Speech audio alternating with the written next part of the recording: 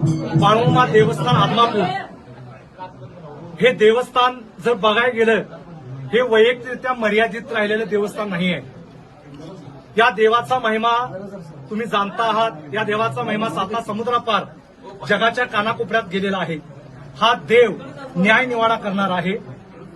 मला खात्री आहे की आमच्या देवस्थानमध्ये अशा कुठल्याही प्रकारचा, आता मीडियाला मीही बघतोय, आम्ही वाचतोय, पण मला वाटतंय, मला खात्री वाटते की अशा कुठल्याही प्रकारचा एकही रुपयाचा घोटाळा झालेला नसावा, आणि तो नाहीच आहे.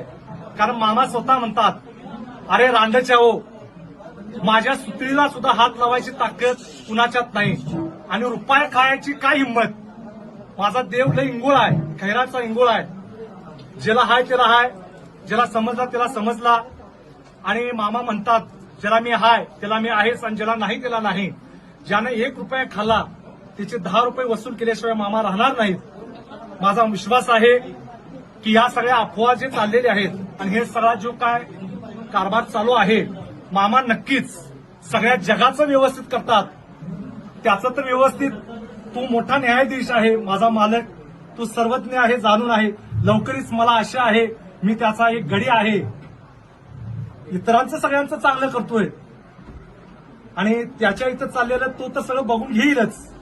मला आशा आहे माझा मालक निश्चितच सगळं लवकरच पूर्वपदावर आणेल.